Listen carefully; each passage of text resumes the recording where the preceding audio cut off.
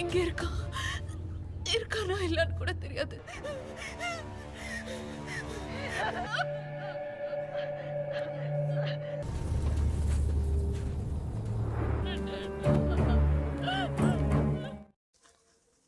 Halo sahabat, Assalamualaikum. Apa kabar? Semoga sehat selalu dan senantiasa berbahagia. Terima kasih sudah subscribe dan selalu setia menyimak video-video SLMT-TV. Semoga Tuhan Yang Maha Kuasa selalu memberikan rezeki yang berlimpah ruah dan juga berkah untuk sahabat-sahabat semua. SLMT-TV kembali hadir menemani waktu bersantai sahabat dengan alur cerita film-film pilihan. Kali ini SLMT-TV menghadirkan sebuah alur cerita dari film yang berjudul Kalaga Talavayan. அவன் வருவான் ஜிபி கிட்ட. ஓவர் பிரிட்ஜ்ல இருக்கான் பாரு. அவன்தான் master mind.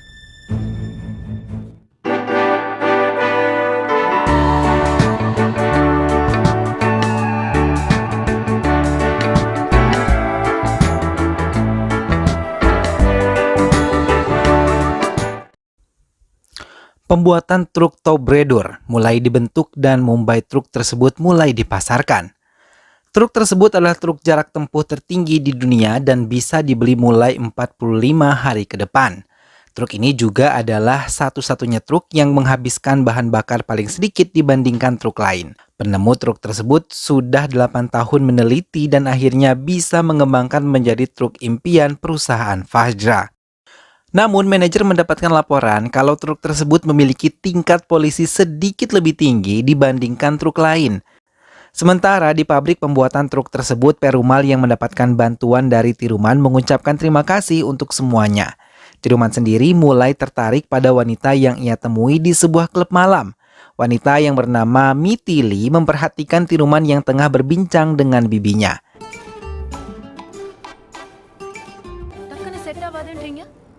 ரூடா தெரியலையா உங்களுக்கு? பாத்ரூம்ல மட்டும் பாடுவீங்க.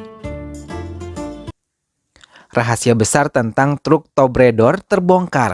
Hal itu membuat manajer mendapatkan teguran dari berbagai pihak, terlebih dari Menteri Dalam Negeri yang telah menggelontorkan banyak dana untuk bisa mendapatkan keuntungan dari Tobredor. Tobredor termasuk produk gagal karena tidak memenuhi tingkat emisi yang diizinkan. Para penanam modal dan petinggi Fajra mulai saling bertanya siapa yang membocorkan rahasia besar truk tersebut. Manajer sudah mengambil langkah. Ia telah mempekerjakan seseorang yang akan menemukan penipu itu. Ia adalah detektif swasta sekaligus pembunuh bayaran yang hanya mau dibayar menggunakan dolar. Ia bernama Arjun dan sudah mulai mengerjakan tugasnya. Di Hyderabad, Arjun yang telah mendapatkan nama-nama yang dicurigai sebagai pencuri di perusahaan Fajra mulai mendatanginya. Salah satunya adalah Keshav yang merupakan anggota staf Fajra yang tinggal di Hyderabad. Arjun yang datang bersama beberapa anak buahnya membuat Keshav ketakutan, terlebih ia telah mengantongi beberapa bukti transaksi yang telah diterima oleh Keshav. Keshav tidak mengakui menjual rahasia perusahaannya pada siapapun, dan ia pun menjelaskan bagaimana pekerjaan yang ia lakukan. Ia curiga pendrive yang ia miliki terjatuh dan hilang, kemudian dimanfaatkan oleh orang lain. Keshav akhirnya berkata kalau ia mencurigai satu orang, yaitu Jaya Prakash, yang merupakan kepala bagian rekening di Chennai. Karena ia melihatnya ada di kereta saat pendrive miliknya hilang. Arjun mulai melaporkannya pada manajer Fajra dan terakhir ia akan mendatangi Jaya Prakash. Arjun juga mengatakan telah menyadap semua komputer dan alat komunikasi Jaya Prakash selama 10 hari. Bahkan mereka telah mengikutinya.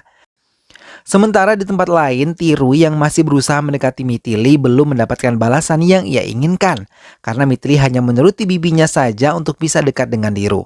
அந்த பொண்ணு மூளை சொல்றதை விட மனசு சொல்றது அதிகமா கேட்கும். அவங்க லவ் பண்ண அத்தனை பேருக்கும் ஏதாவது ஒரு common factor. Perbincangan menarik pun dipilih Tiru untuk bisa mendapatkan hati Mitili. Hal itu sedikit bisa membuka hati Mitili. Ia tertarik dengan Tiru yang memiliki pengetahuan luas dan bisa mengerti dirinya.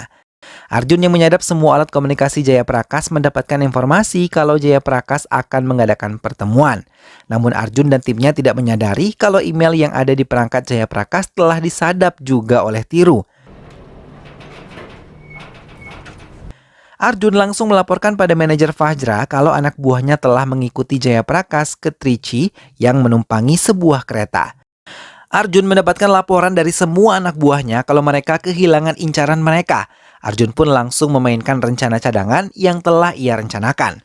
Namun Arjun panik ketika mendapatkan kabar kalau salah satu anak buahnya telah tewas. Ia pun berlari memasuki stasiun untuk mendapatkan incarannya. Karena Arjun mulai sadar yang ia incar kali ini bukanlah target sembarangan. Kali ini Arjun gagal mendapatkannya hingga ia kembali ke tempatnya.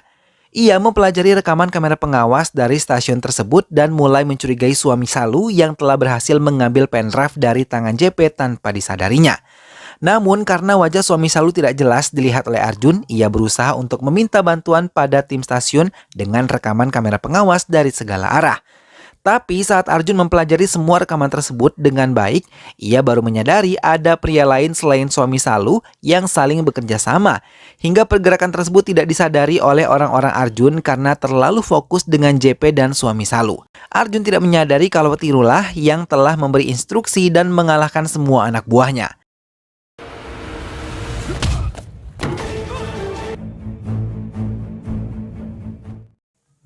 Tiru yang telah bertemu dengan Gandhi dan Salu menjelaskan kalau manajer Fajra telah menyewa detektif swasta untuk menemukan penjual rahasia perusahaan mereka.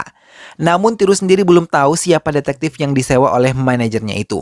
Bahkan orang kepercayaannya pun belum bisa menemukannya. Arjun yang saat itu sadar rencana musuhnya langsung menumpangi kereta yang sama dengan JP.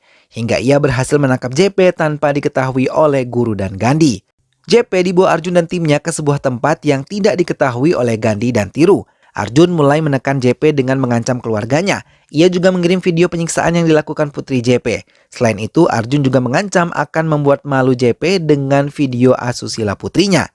Melihat hal itu, JP hanya bisa menangis dan mencoba memuntahkan isi perutnya karena sakit kepala yang luar biasa. Arjun terus menekan JP untuk mengatakan kepada siapa ia menjual rahasia Fajra.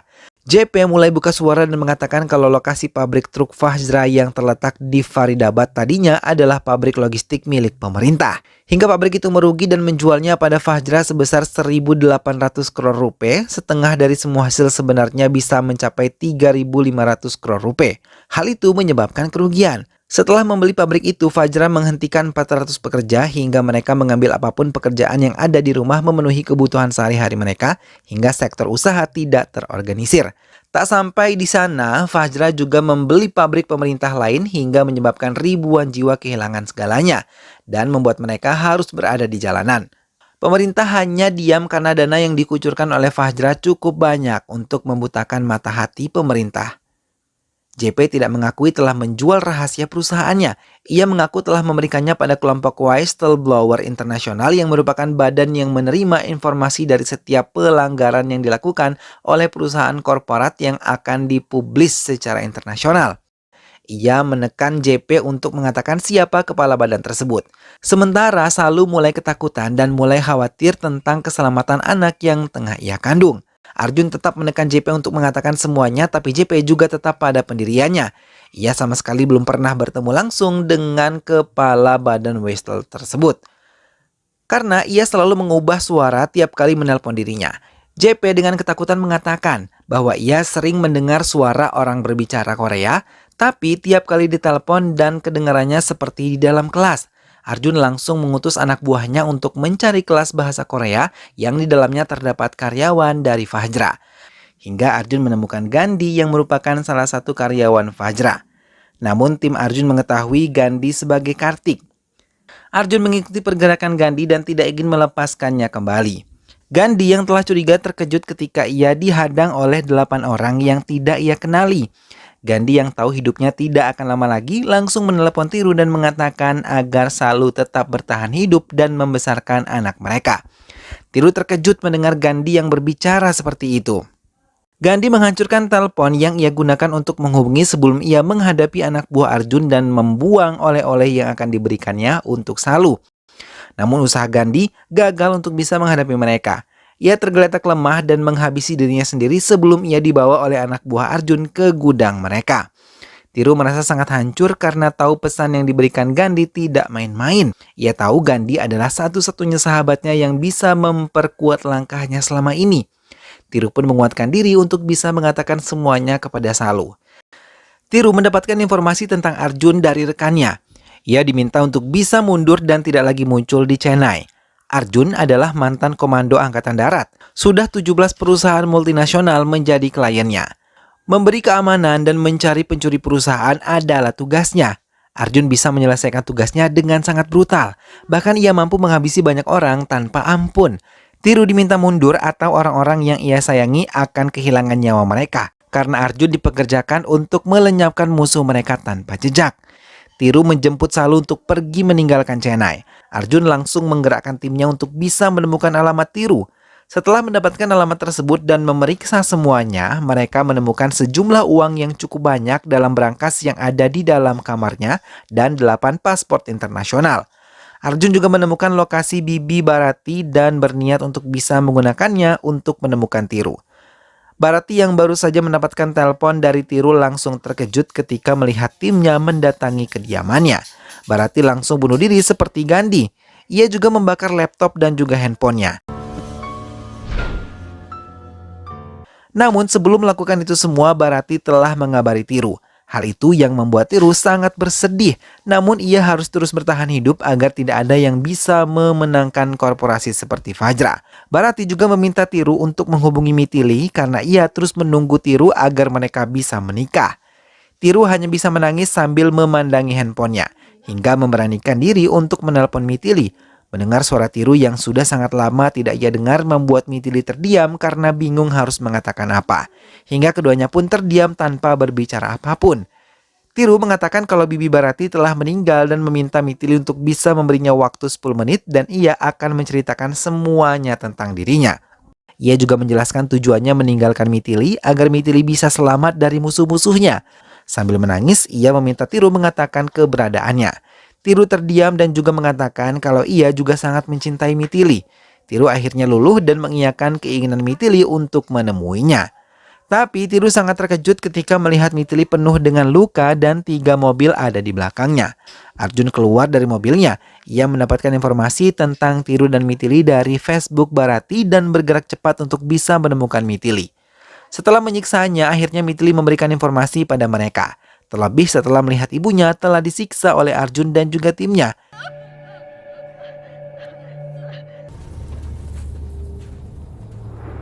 Mithili mengucapkan maafnya kepada Tiru.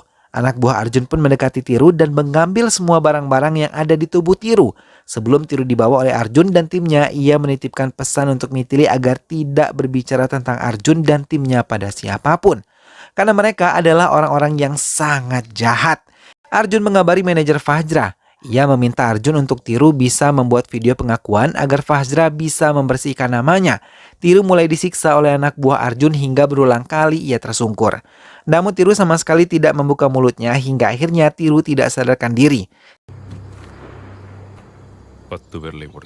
Tiru yang telah memastikan Arjun menjauh dari tempatnya mulai bergerak. Ia mencuri pisau dari salah satu anak buah Arjun dan menghabisi mereka satu persatu.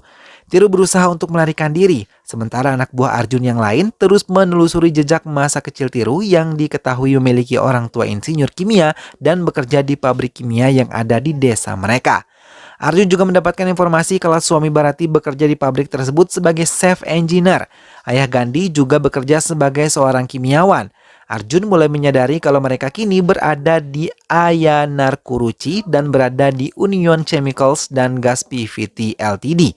Pabrik tersebut tutup di tahun 2001 karena polusi. Tanah, air, dan udara telah hancur.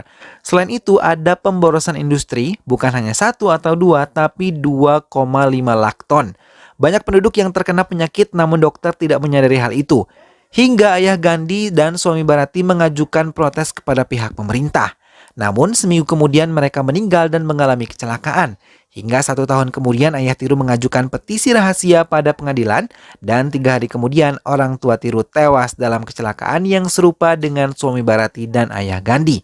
Arjun juga mendapatkan informasi kalau pabrik itu adalah milik Fajra. Arjun mulai mengerti tujuan Tiru bukanlah uang. Ia memahami juga kalau Tiru menganggap kalau Fajra adalah sumber malapetaka hidupnya. Hingga Tiru bertujuan untuk melumpuhkan Fajra. Arjun yang mendapatkan laporan kalau Tiru melarikan diri memerintahkan anak buahnya untuk menutup semua pintu keluar. Tiru yang masih bersembunyi hanya bisa diam di tempatnya. Arjun bahkan meminta semua anak buahnya untuk bisa menjadikan pabrik ini menjadi kuburan bagi Tiru.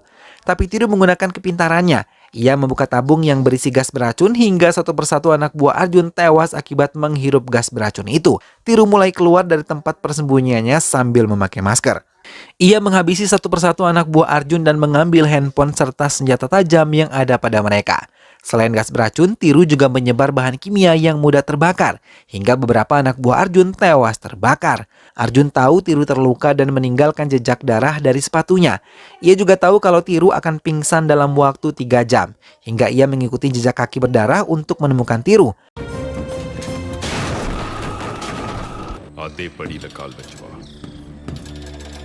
Jejak kaki yang masih basah memudahkan Arjun untuk menemukan Tiru, tapi Tiru menggunakan itu untuk menyerang mereka secara gerilya, hingga semua anak buah Arjun telah berhasil dihabisi oleh Tiru. Arjun mencoba mencari cara untuk bisa menghabisi Tiru. Ia membuka baju yang ia kenakan dan melewati paparan matahari. Ia mengatakan truk Tobrador dalam waktu 30 hari akan memasuki pasaran. Dan semua yang dilakukan Tiru akan sia-sia. Tiru mulai merasakan pusing karena kehilangan banyak darah akibat luka di kakinya. Dalam kesempatan itu, ia menyerang Tiru. Dengan susah payah Tiru berusaha bangkit sambil mengingat apa yang diajarkan oleh gurunya.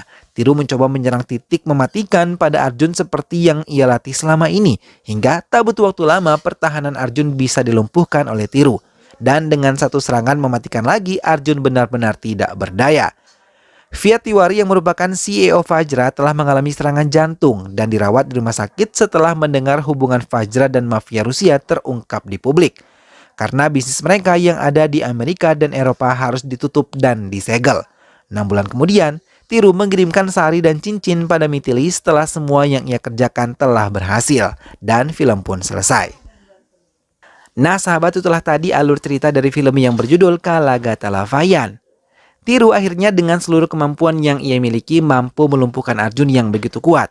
Bahkan ia berhasil memberi hadiah pada wanita yang dicintainya dan cerita ini pun berakhir dengan bahagia. Semoga sahabat semua terhibur setelah menyimak alur cerita film ini. Ingat untuk selalu dukung SLMT TV dengan cara klik like, comment, share, dan juga subscribe. Sampai ketemu lagi di alur cerita film selanjutnya. Jangan lupa jaga kesehatan dan wassalamualaikum.